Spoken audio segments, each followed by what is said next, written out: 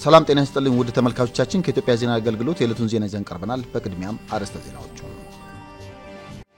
አዲስ ተሿሚ የብሔራዊ ምርጫ ቦርድ አመራሮች ሀገራዊ ተልዕኳቸውን በአግባቡ ሊወጡ እንደሚገባ የሕዝብ ተወካዮች ምክር ቤት አሳሰበ። በፓርላማ ዲፕሎማሲ ባለፉት 4 ዓመታት የኢትዮጵያን ብሔራዊ ጥቅም በማስጠበቅ ግንኙነቱን ያጠናከሩ ስኬታማ ስራዎች መከናወናቸውን አምባሳደር ዲና ሙፍቲ ተናገሩ። የማክሮ ኢኮኖሚ ማሻሻያው ከእንስሳት ምርት የሚገኘውን የውጭ ምንዛሪ እንዲጨምር ማድረጉን የኢትዮጵያ እንስሳት ልማት ኢንስቲትዩት ገለጸ። በመዲናዋ በመከናወን ላይ ያለው የኮሪደር ልማት ለንግድ ስርዓቱ መሰረት ምቹ ሁኔታ በመፍጠሩ ተጠቃሚ እንዳደረጋቸው የንግዱ ማህበረሰብ አባላት ተናገሩ። አርሜኒያ ከኢትዮጵያ ጋር ያላትን ታሪካዊ ወዳጅነት ወደ ላቀ ደረጃ ለማሸጋገር እንደምትሰራ የአርሜኒያ ምክትል የውጭ ጉዳይ ሚኒስትር ቫሃን ኮስታኒያን ገለጹ። ከውጭ በህንድ በደረሰ አሰቃቂ አውሮፕላን አደጋ በህይወት የተረፈ ሰው ስለመኖሩ አልተረጋገጠም የሚሉት የዕለቱ አርዕስተ ዜናዎቻችን ናቸው። ዜናዎቹን በዝርዝር እናቀርባለን። ከዜናዎቹ ጋር ሀብታሙ አክሊሉ ነኝ። አዲስ ተሿሚ የብሔራዊ ምርጫ ቦርድ አመራሮች ሀገራዊ ተልዕኳቸውን በአግባቡ ሊወጡ እንደሚገባ የሕዝብ ተወካዮች ምክር ቤት አሳሰበ። ምክር ቤቱ ዛሬ ባካሄደው 4ኛ ዓመት የሥራ ዘመን 36ኛ መደበኛ ስብሰባ የብሔራዊ ምርጫ ቦርድ ምክትል ሰብሳቢና የሥራ አመራር ቦርድ አባላትን ሹመት በሁለት ድምፀ ተአቅቦ በአብላጫ ድምፅ አጽድቀዋል። በዚህም አቶ ተስፋዬ ነዋይን የኢትዮጵያ ብሔራዊ ምርጫ ቦርድ ምክትል ሰብሳቢ እንዲሁም አቶ ተክሊት ይመስልና ወይዘሮ ነሲም አሊን የሥራ አመራር ቦርድ አባላት አድርጎ ሾመዋል። የመንግስት ዋና ተጠሪ ሚኒስትር ዶክተር ተስፋዬ በልጅጌ የቀረቡ እጩዎችን በተመለከተ ለምክር ቤቱ ማብራሪያ ሰጥተዋል። ተሿሚዎች የትምህርት ዝግጅታቸውና ከዚህ በፊት በፍትህ ዘርፉ የሰሩባቸው የሥራ ልምዶችና የነበራቸው አፈጻጸም ኃላፊነታቸውን በብቃት እንደሚወጡም ማሳያዎች ናቸው ብለዋል። ቀደም ብሎ ስራውን በጥራትና በብቃት ማከናወን የሚችሉ መልማይ ኮሚቴዎች ተለይተው ከህዝብ ከሲቪክ ማህበራትና ከፖለቲካ ፓርቲዎች ጥቆማ ተቀብለው ለጠቅላይ ሚኒስትሩ ማቅረባቸውን ተናግረዋል። ተጠሪ ሚኒስትሩ አክለውም የቦርዱ ምክትል ሰብሳቢ ሆነው የተሾሙት አቶ ተስፋዬ ነዋይ የፌዴራል የመጀመሪያ ደረጃ ፍርድ ቤት ምክትል ፕሬዚዳንትና የፌዴራል ፍርድ ቤቶች ቃል አቀባይ ሆነው ስራቸውን በብቃት ማከናወናቸውን አውስተዋል። የሥራ አመራር ቦርድ አባል ሆነው የተሾሙት አቶ ተክሊት ይመስል የፌዴራል ከፍተኛ ፍርድ ቤት ምክትል ፕሬዚዳንት እንዲሁም ወይዘሮ ነሲም አሊ የሐረሪ ክልል ከፍተኛ ፍርድ ቤት ዳኛ በመሆን ውጤታማ ስራ ማከናወናቸውን ገልጸዋል። የሕዝብ ተወካዮች ምክር ቤት አባላት በበኩላቸው ተሿሚዎቹ ከዚህ በፊት ያላቸው ልምድ ገለልተኛ ሆኖ መስራት እንደሚችሉ እንደሚያሳይ ተናግረዋል። የማንኛውም ፖለቲካ ድርጅት አባል አለመሆናቸውና በሙያቸው ምስጉን በመሆናቸው ሀገርና ትውልድን የሚያሻግር ስራ እንደሚሰሩም እምነት እንዲኖረን አድርገዋል ነው ያሉት። ተሿሚዎቹ በምክር ቤቱ የተሰጣቸውን ሀገራዊ ኃላፊነት በብቃት መወጣት እንዳለባቸውም ገልጸዋል። በፓርላማ ዲፕሎማሲ ባለፉት 4 ዓመታት የኢትዮጵያን ብሔራዊ ጥቅም በማስጠበቅ ግንኙነቱን ያጠናከሩ ስኬታማ ስራዎች መከናወናቸውን አምባሳደር ዲና ሙፍቲ ተናገሩ። የሕዝብ ተወካዮች ምክር ቤት ኢትዮጵያ ከሌሎች ሀገሮች ጋር ያላትን ግንኙነት ለማጠናከር ከሚያከናውናቸው ተግባራት ውስጥ የፓርላማ ዲፕሎማሲ አንዱ ነው። በምክር ቤቱ የውጭ ግንኙነትና ሰላም ጉዳዮች ቋሚ ኮሚቴ አባልና የአውሮፓ ህብረት የምዕራብ አውሮፓና የኢትዮጵያ የፓርላማ የወዳጅነት ቡድን ሰብሳቢ አምባሳደር ዲና ሙፍቲ ከኢዜአ ጋር ባደረጉት ቆይታ ባለፉት 4 ዓመታት በፓርላማ ዲፕሎማሲ በርካታ ተግባራት ተከናውነዋል ብለዋል። የሕዝብ ተወካዮች ምክር ቤት ከአፍሪካ፣ ከአውሮፓ፣ ከምስራቅ አውሮፓ፣ ከእስያ፣ ላቲን አሜሪካና ሌሎች ሀገሮች ጋር የፓርላማው የወዳጅነት ቡድን መስርቶ እየሰራ ይገኛል ብለዋል። በፓርላማ ቡድኖች አማካኝነት ኢትዮጵያ ከዓለም ሀገራት ጋር በፖለቲካ፣ በምጣኔ ሀብት፣ በማህበራዊና በጸጥታ ዘርፍ ያላትን ግንኙነት የሚያጠናክሩ ውይይቶችና የልምድ ልውውጦች መደረጋቸውን ተናግረዋል። በዚህም የአገርን ብሔራዊ ጥቅም በማስጠበቅና ዓለም አቀፍ ግንኙነትን በማጠናከር በኩል ውጤት መመስገቡን ገልጸዋል። በኢትዮጵያ ያለውን ተጨባጭ ሁኔታ፣ በቀጠናዊ ጉዳዮች ያላትን ሚና እንዲሁም የተጀመረውን ሪፎርምና የተገኙ ውጤቶችን በማስረዳት በኩል ትልቅ የዲፕሎማሲ ስራ መከናወኑን ጨምረዋል። ኢትዮጵያ የአየር ንብረት ለውጥን ለመቋቋም በአረንጓዴ አሻራ ያስመዘገበችውን ስኬትና እያከናወነች ያለውን ተግባር በውይይቶችና በዓለም አቀፍ መድረኮች ልምዷ ማካፈሏንም ገልጸዋል።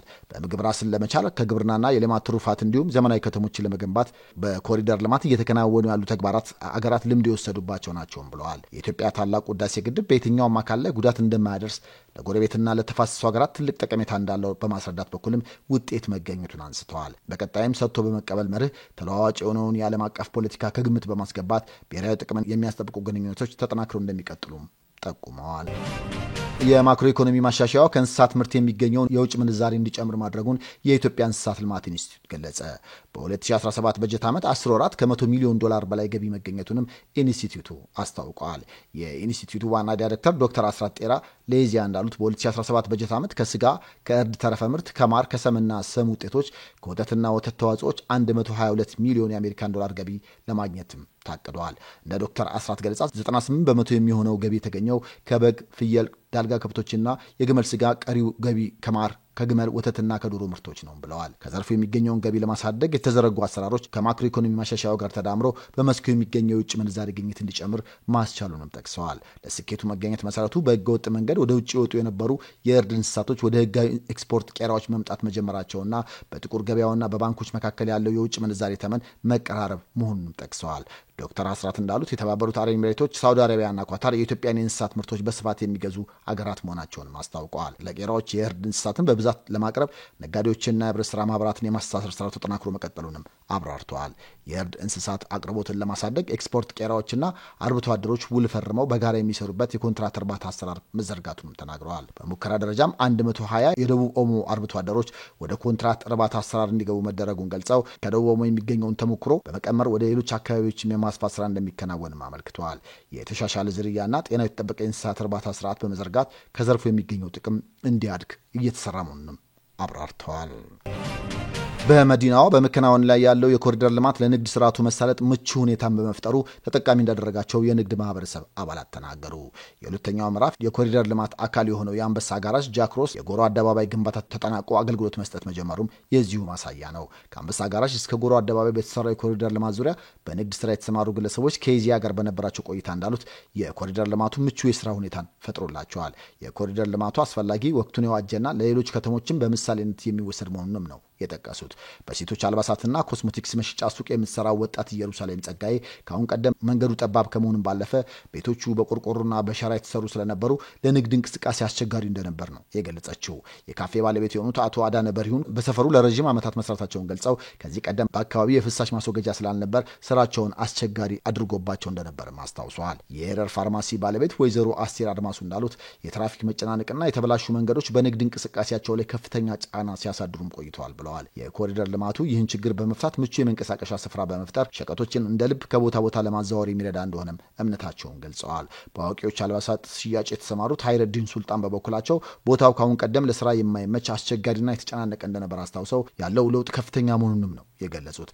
የኮሪደር ልማቱ ለከተማዋ ነዋሪ መሰረታዊ ለውጥ ማምጣቱን በመናገር የመኪናና እግረኛ መንገዶች ስፋትና ውበት አካባቢውን በብዙ መልኩ የለወጠና ነዋሪውን ያስደሰተ መሆኑን ነጋዴዎቹ ገልጸዋል። በመዲናዋ እየተከናወነ ያለው የኮሪደር ልማት ከተማዋን ውብ ከማድረጉም ባለፈ የንግድ ስርዓቱን በማሳለጥ የንግዱ ማህበረሰብ ተጠቃሚ እንዲሆን ማድረጉንም ወጣት ኢየሩሳሌም ጸጋዬ፣ አቶ አዳነ በሪሁንና ወይዘሮ አስቴር አድማሱም አንስተዋል። በተለይም በንግድ ስራ የተሰማሩት አካላት እስከ ምሽቱ 4 ሰዓት ድረስ እንዲሰሩ መደረጉ አዲስ የስራ ባህልን ለማዳበር ከፍተኛ አስተዋጽኦ እያበረከተ እንደሚገኝም አቶ ንስሩ ሱልጣንና አቶ ሀይረዲን ሱልጣን ተናግረዋል። አርሜኒያ ከኢትዮጵያ ጋር ያላትን ታሪካዊ ወዳጅነት ወደ ላቀ ደረጃ ለማሸጋገር እንደምትሰራ የአርሜኒያ ምክትል የውጭ ጉዳይ ሚኒስትር ቫሃን ኮስታኒያን ገለጹ። የአርሜኒያው ምክትል የውጭ ጉዳይ ሚኒስትር ቫሃን ኮስታኒያን እንደገለጹት ኢትዮጵያና አርሜኒያ ታሪካዊና ጠንካራ የሁለትዮሽ ወዳጅነት ያላቸው አገራት ናቸው። በአራተኛው ክፍለ ዘመን የተጀመረው የኢትዮጵያና አርሜኒያ ግንኙነት እያደገና ዘላቂ ወዳጅነት እያስመዘገበ እንደሚገኝም ገልጸዋል። በኢትዮጵያ የሚታየው የአርሜኒያ ህዝቦች አሻራም የሁለቱን ሀገራት የህዝብ ለህዝብ ጥልቅ ወዳጅነት የሚያሳይ መሆኑንም ጠቅሰዋል።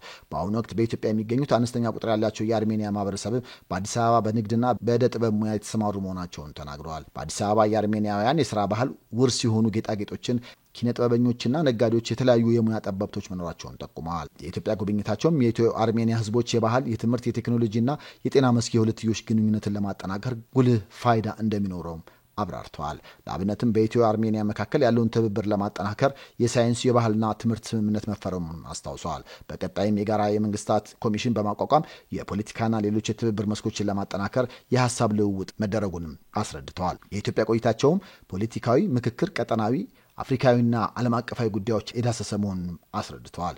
በምክክር መድረኩም ኢትዮጵያና አርሜኒያ በተባበሩት መንግስታት ድርጅትና በሌሎች ዓለም አቀፍ ተቋማት አባልነታቸውን በመጠቀም ያላቸውን የነቃ ተሳትፎ ለማጠናከር አጽንኦት እንደተሰጠበትም አብራርተዋል። የውጭ ዜና። በህንድ በደረሰው አሰቃቂ አውሮፕላን አደጋ በህይወት የተረፈ ሰው ስለመኖሩ ስቱዲዮ እስከገባንበት ሰዓት አልተረጋገጠም። ዓለም አቀፍ መገናኛ ብዙሃን እንደዘገቡት ዛሬ ማለዳ 242 ሰዎችን አሳፍረው ከምዕራብ ህንዱ አህመድ አባድ ከተማ ወደ እንግሊዝ ለንደን ከተማ በረራ የጀመረው ባለቤትነቱ የህንድ አየር መንገድ የሆነ ቦይንግ 787-8 ድሪም ላይነር አውሮፕላን ገና ከአየር ማረፊያ ከመነሳቱም ተከስክሰዋል። ወደ እንግሊዙ ጋትዊክ አየር ማረፊያ ለማቅናት ከማከብከቢያው ወደ 625 ጫማ ከፍታ ላይ እንዳለ ከአየር ትራፊክ መረጃ ቁጥጥር ውጪ እንደሆነ ሲታወቅ ወዲያውኑ ከአየር ማረፊያው በቅርብ ርቀት ባለ የሐኪሞች መኖሪያ ህንፃ ላይ መከስከሱም ተዘግበዋል። ከተሳፋሪዎች ውስጥ 232 መንገደኞችና 12 የበረራ ሰራተኞች እንዳሉበት የተገለጸ ሲሆን 169 ህንዳውያን፣ 53 እንግሊዛውያን፣ 7 ፖርቹጋላውያንና 1 የካናዳ ዜግነት ያላቸው እንደሆኑም ታውቀዋል። ከእነዚህም 11 ህጻናት እንደሆኑም ተገልጸዋል። በዚህም ከተሳፋሪዎቹ በተጨማሪ በመኖሪያ ህንፃው ላይ ነዋሪ የሆኑ የህክምና ተማሪዎችም የጉዳቱ ሰለባ እንደሆኑም ተመላክቷል። እስካሁንም የበርካታ ሟቾች አስክሬን እየተሰባሰበ ሲሆን በህይወት የተረፈ ተሳፋሪ ስለመኖር ግን አልተረጋገጠም። በደረሰው አሰቃቂ አደጋ የተሰማቸውን ጥልቅ ሐዘን የገለጹት የህንዱ ጠቅላይ ሚኒስትር ናሬንድራ ሞዲ የአደጋ ስጋትና የነፍስ አድን ሰራተኞች የተቻለውን ሁሉ እንዲያደርጉ በፍጥነት ወደ አደጋው ስፍራ እንዲሰማሩ መደረጉንም አስታውቀዋል።